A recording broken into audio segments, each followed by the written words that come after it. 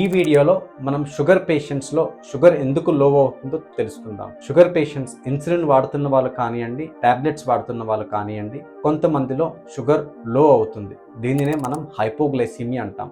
Hypoglycaemia గల కారణాలు ఈ వీడియోలో మనం తెలుసుకుందాం. మొదటిది, తక్కువగా ఆహారం తినడం, లేటుగా తినడం, లేకపోతే పూర్తిగా ఆహారం మానేవేయటం. రెండవది, ఇన్సులిన్ ఎక్కువ మోతాదులో తీసుకోవటం. మూడవది, ఎక్సర్సైజ్ చేస్తున్నప్పుడు కార్బోహైడ్రేట్స్ సరిగ్గా తీసుకోకపోవటం. నాలుగవది, ఒక ఇన్సులిన్కి బదులుగా వేరొక రకమైన ఇన్సులిన్ తీసుకోవటం. ఐదవది, ఆల్కహాల్ తీసుకోవటం. ఎందుకంటే ఆల్కహాల్ మన లివర్లో పనిచేసి లివర్ నుంచి గ్లూకోజ్ ఉత్పత్తిని తగ్గిస్తుంది. కాబట్టి షుగర్ పేషెంట్స్ టాబ్లెట్స్ కానీ ఇన్సులిన్ కానీ వాడుతూ ఆల్కహాల్ తీసుకుంటే షుగర్ లో అయ్యే ఛాన్సెస్ ఉంటుంది. ఆరవది, కొన్ని రకాల ఇన్సులిన్స్ ఏవైతే ప్రీ మిక్స్డ్ ఇన్సులిన్స్ అంటామో అవి సరిగ్గా మిక్స్ చేయకుండా ఇంజెక్ట్ చేసుకున్నట్టయితే ఎక్కువ మోతాదు ఇన్సులిన్ వెళ్ళటం వలన కూడా షుగర్ లో అవుతుంది.